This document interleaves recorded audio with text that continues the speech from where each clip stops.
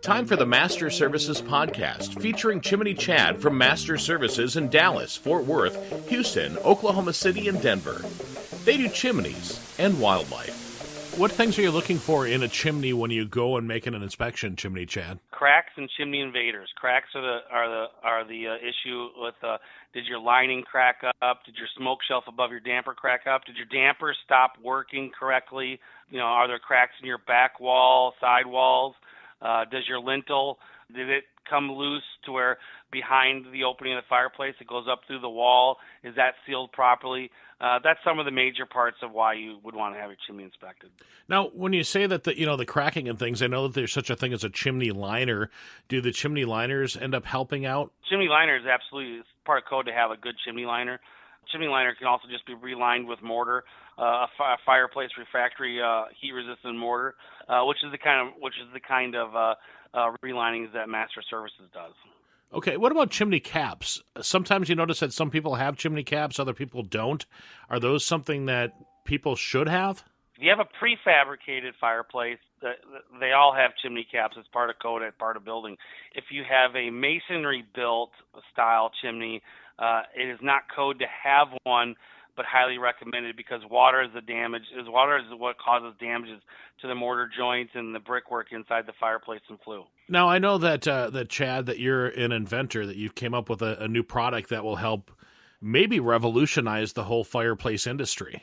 I invented a breakdown grate. It's a little bit more decorative to the homeowner, but more importantly, I designed it for the chimney sweep so that he could break it down and carry it in his truck and not get it all scratched up or be hurt when it's riding in the back of his van or truck. So what is the purpose of having a grate? Well, a grate creates all the airflow underneath the fire to have a good controlled fire going in your fireplace.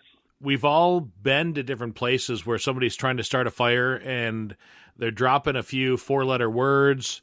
Smoke is rolling back into the house.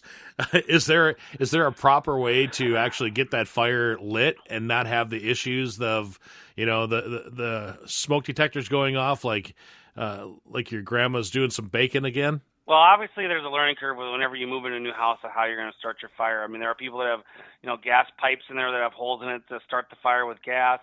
I always recommend, if you don't have that, to use a fire starter brick.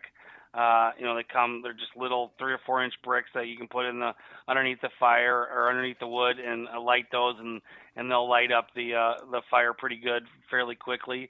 But if you're having smoke coming into the house, that's a whole other issue that may not have nothing to do with how you're starting your fire. Is that an issue that Masters Services can help me with, Chad? Well, thanks for asking, Bob. It is a very big issue in the industry because a lot of people don't know their fireplace. And there are so many things that can be learned by having us show up to where we can show you the best way to light your fire. Now, we will not light a fire in your house due to liability reasons, but we can tell you how the best way to light a fire in your house is. And generally it's making sure that your damper is open. We won't know if your fireplace works and if it smokes until you've actually had a fire.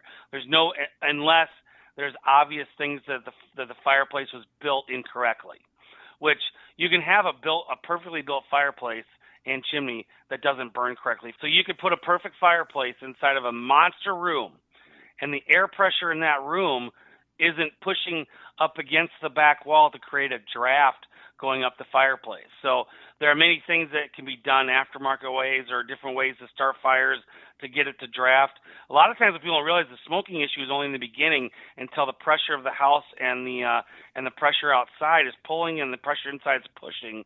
That once it's created, smoke will stay in the firebox and go out the chimney. When you first start the fire, many people will start the fire too close to the opening of the fireplace, not towards the back wall. Well, the smoke is just going to go to the point of least resistance. So point of least resistance might be coming into the room because they have the fire too close. Or they might be having too much wood to start the fire, creating too much smoke for the chimney to handle, and then boom.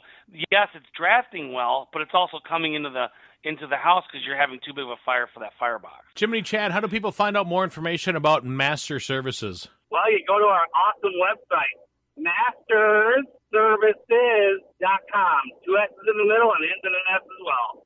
Dallas, Fort Worth, Houston, Oklahoma City, and Denver.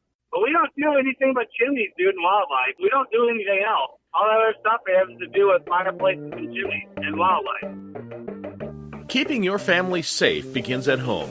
Contact Chimney Chad at masterservices.com. Master Services Podcast is a podcast for hire production.